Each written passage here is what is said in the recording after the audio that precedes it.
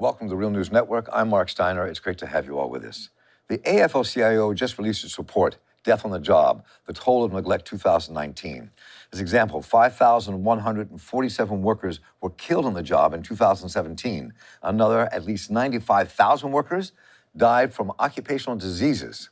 Think about that for just a minute. That's an average of 14 workers a day dying on the job, and it rises to 275 a day if you include those who died from illnesses caused by their job. At the same time, Trump is cutting the budget of OSHA, the Occupational Safety and Health Administration, while it has so few inspectors that it would take hundreds of years for them to really do their job and investigate cases, let alone at other work sites where nothing has happened. And Elizabeth Warren has raised this as an issue in her campaign. And this all remains, by the way, a misdemeanor for people who own businesses. And OSHA rarely brings owners to court for any of this, those who are accused. So where does this leave us? We talk once again with Bill Black, Associate Professor of Economics and Law at the University of Missouri, Kansas City. Bill, of course, is a white-collar criminologist, a former financial regulator, and author of the book, The Best Way to Rob a Bank is to Own One. And, of course, a regular contributor here on The Real News. And, Bill, welcome back. Good to have you with us. Thank you.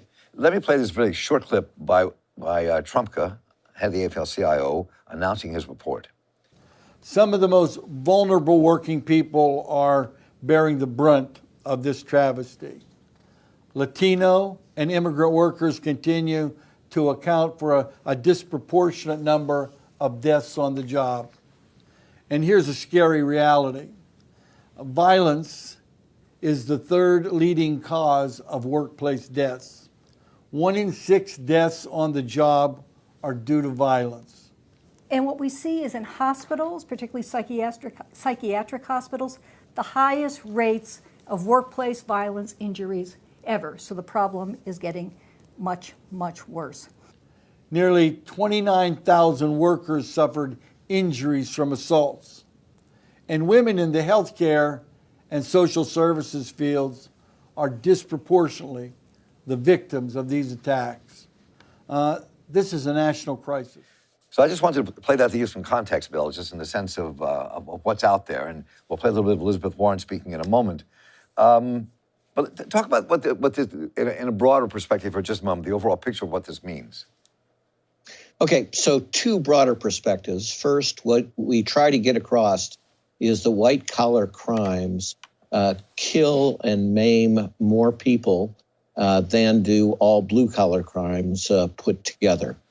And therefore, when we're talking about financial fraud, as we often do, there's a danger that we will forget all these cases as well.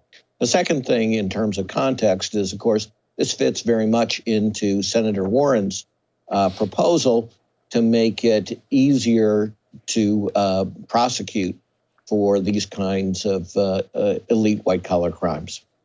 So I think the question that really centers around, it seems to me, Bill, I mean, this is a huge issue. It's not one that often comes up. I mean, with the kind of diminishment of labor unions as a political force, they're still there, but they're not what they were. That this doesn't kind of get to the forefront as it might have before, especially in the early 70s when this first became a major issue again. So talk about what this means politically. I mean, where do you think this takes us? I mean, do you think it's an issue that is an important one for this campaign in 2020? Do you think that, where do you think this struggle is going to go? It should be, and it's important to all kinds of different constituencies in particular ways that may be attractive, particularly to progressive Democratic candidates. So the first thing is it fits in because there was pushback to Senator Warren by folks who said, oh, no, we shouldn't put white-collar criminals in jail, ever, virtually. Instead, we should simply use regulation. Well, this is a great case study of that, because we virtually never use prosecutions when employers, and remember, this is willful violations of the laws that kill people. And in many, many cases, these are repeated willful, where they've already killed people at the same job site through the same mechanisms. And there's still this complete unwillingness to prosecute. As you said, it is under federal law not even a felony to willfully violate the law, safety laws, and kill dozens of people over dozens of years. So that's preposterous. In terms of the politics of all of this, of course, well, people don't like this very much because it's aimed at elite white collar crime, not at all of us generally in this context, but against poorer people, weaker people, and such. So a lot of this hits in Trump country. Mm-hmm. What's killing people? What's increasingly killing people? And remember, it isn't just deaths.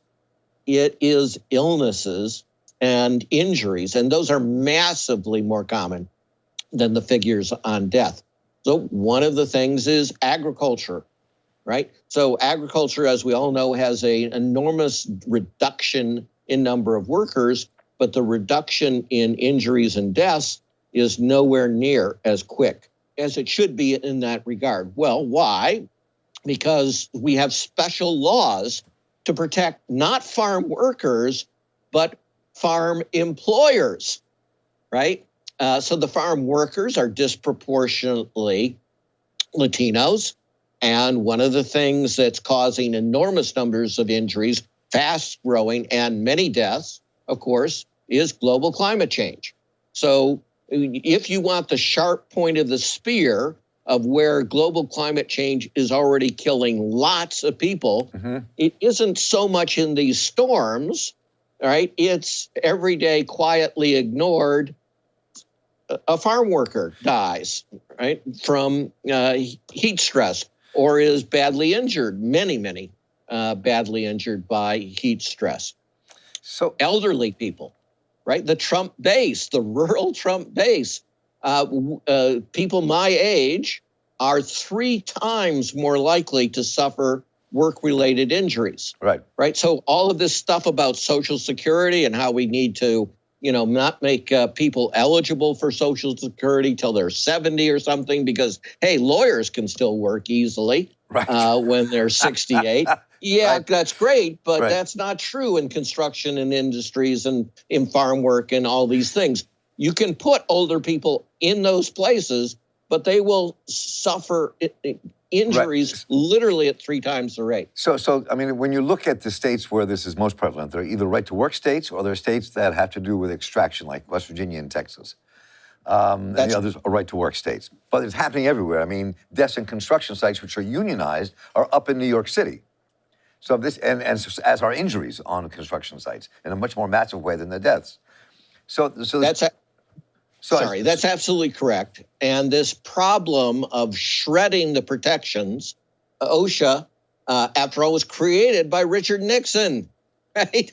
Not by some liberal types. And it used to have broad support. Now, as you say, it's down to its lowest point of inspectors ever. Right. The old number, when they had 800 inspectors, was they could visit each site they're responsible for regulating once every 169 years.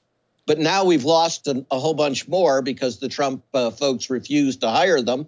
And therefore, we're quickly approaching every 200 years we get to see a place.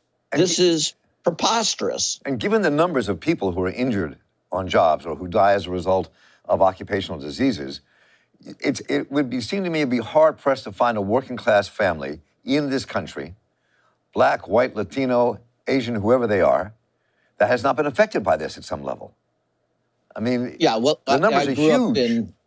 I grew up in Dearborn, Michigan. At least 3 of my close relatives have died from this.